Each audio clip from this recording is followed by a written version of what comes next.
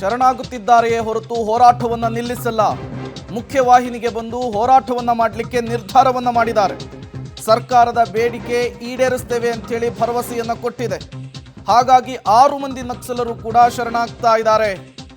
ಮಾಜಿ ಸಚಿವೆ BT ಲಲಿತಾ ನಾಯ್ಕ್ ಅವರು 6 ಜನ ನಕ್ಸಲರು ಶರಣಾಗ್ತಾ ಇರುವಂತಹ ವಿಚಾರಕ್ಕೆ ಸಂಬಂಧಪಟ್ಟಂತೆ ಮಾತನಾಡಿದ್ದು ಹೀಗೆ: ಶರಣಾಗುತ್ತಿದ್ದಾರೆಯೇ ಹೊರತು ಹೋರಾಟವನ್ನು ನಿಲ್ಲಿಸಲ್ಲ ಅನ್ನುವಂತಹ ಸೂಚನೆಯನ್ನು ಕೂಡ ಅವರು ಕೊಟ್ಟಿರುವಂಥದ್ದು. ಮುಖ್ಯವಾಹಿನಿಗೆ ಬಂದು ಹೋರಾಟವನ್ನು ಮಾಡಲಿಕ್ಕೆ ನಿರ್ಧರಿಸಿದ್ದಾರೆ. ಸರ್ಕಾರ ಅವರ ಬೇಡಿಕೆಗಳನ್ನು ಈಡೇರಿಸುತ್ತೆ ಅನ್ನುವಂತಹ ಭರವಸೆ ಕೊಟ್ಟಿದೆ ಅಂತ ಹೇಳಿದ್ದಾರೆ.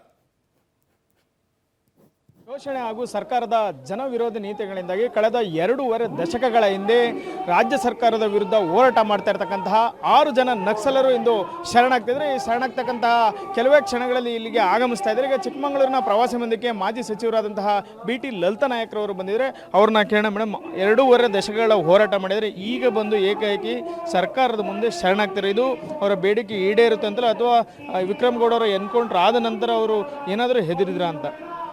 ಅದು ಸ್ವಲ್ಪ ಇದೆ. ಆದರೆ ಮೊದಲಿಂದನೂ ಅವರನ್ನು ಕರ್ಕೊಂಬರೋವಂಥದ್ದಿತ್ತು. ಮತ್ತು ಅವರು ಕೂಡ ಮನಸ್ಸು ಮಾಡ್ತಾಯಿದ್ರು. ಆದರೆ ಅವ್ರಿಗೇನು ಭಯ ಅಂದರೆ, ಹೋದ ಸಾರಿ ಬಂದಂಥ ಜನ ನರಕ ಅನುಭವಿಸ್ತಾ ಇದ್ದಾರೆ. ಕೆಲವರಿಗೆ ಅನುಕೂಲ ಆಗಿದೆ, ಆದರೆ ಕೆಲವರು ಅಂಗವಿಕಲರಾಗಿದ್ದಾರೆ, ವಾಸಕ್ಕೆ ಮನೆ ಇಲ್ಲ, ಉಳಕ್ಕೆ ಭೂಮಿ ಇಲ್ಲ, ಮತ್ತು ಜೈಲಿನಲ್ಲೇ ಇದ್ದಾರೆ. ಹೀಗೆಲ್ಲ ಕಷ್ಟ ಬೀಳೋದಕ್ಕಿಂತಲೂ ಇಲ್ಲೇ ಇರೋದು ಉತ್ತಮ ಏನೋ ಅನ್ನೋ ಅನಿಸಿಕೆ ಅವರಿಗಿತ್ತು. ಯಾವಾಗ ಈ ಎನ್ಕೌಂಟ್ರು ಆಯಿತು, ಮತ್ತು ನಾವು ಎಷ್ಟು ದಿನ ಅಂತ ಈ ಥರ ಇರೋದು, ನೋಡೋಣ ಏನಾಗುತ್ತೋ ಹಾಗೆ ಬಿಡಲಿ, ಸರ್ಕಾರ ಒಪ್ಪಿರೇ ಬರ್ತೀವಿ ಅಂದರು. ಸರ್ಕಾರನೂ ಕೂಡ ಎಷ್ಟು ದಿನ ಅಂತ ಇಂಥ ನಕ್ಸಲೈಟ್ಗಳ ಕಾಟ ಇದೆ ಅನ್ನಿಸ್ಕೋಬೇಕು. ನಾವು ಏನೋ ಒಂದು ರಿಯಾಯಿತಿ ತೋರಿಸಿ ಅವರನ್ನು ನಾವು ಯಾಕೆ ಒಳಗೆ ಕರ್ಕೋಬಾರ್ದು ಅನ್ನೋವಂಥ ದೊಡ್ಡ ಮನಸ್ಸು ಮಾಡ್ತು. ಹಾಗಾಗಿ ಸಿದ್ದರಾಮಯ್ಯನಂಥ ಒಬ್ಬ ಮುಖ್ಯಮಂತ್ರಿ ಇದ್ದಾಗ ಇದು ಸಾಧ್ಯ ಇದೆ. ಬೇರೆಯವರಿಗೆ ಆ ಮನಸ್ಸಿರಲ್ಲ.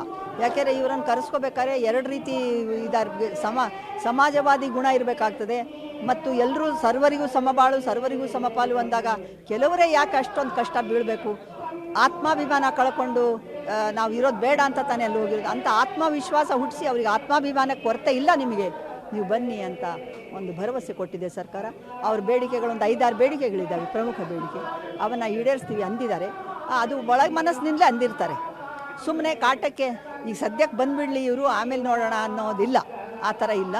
ಭಾಳಷ್ಟು ಸಾರಿ ಬೈಟ್ ಆದಮೇಲೆ ಇದನ್ನು ಒಪ್ಕೊಂಡಿರೋದ್ರಿಂದ ಸರ್ಕಾರನೂ ಒಪ್ಕೊಂಡಿದೆ. ಕರ್ಕೊಂಬಂದರು ಕಷ್ಟಪಟ್ಟಿದ್ದಾರೆ, ಆ ಬಂದವರು ಕೂಡ ಒಳ್ಳೆ ಭರವಸೆಯಿಂದ ಬಂದಿದ್ದಾರೆ. ಹೀಗಾಗಿ ಎಲ್ಲವೂ ಸಕ್ಸಸ್ ಆಗುತ್ತೆ ಅಂತ ನಮ್ಮ ಅಭಿಪ್ರಾಯ. ಇಷ್ಟು ದಿನ ಶಸ್ತ್ರಗಳನ್ನು ಹಿಡಿದು ಸರ್ಕಾರದ ವಿರುದ್ಧ ಹೋರಾಟವನ್ನು ಮಾಡ್ತೇವ್ರಿ.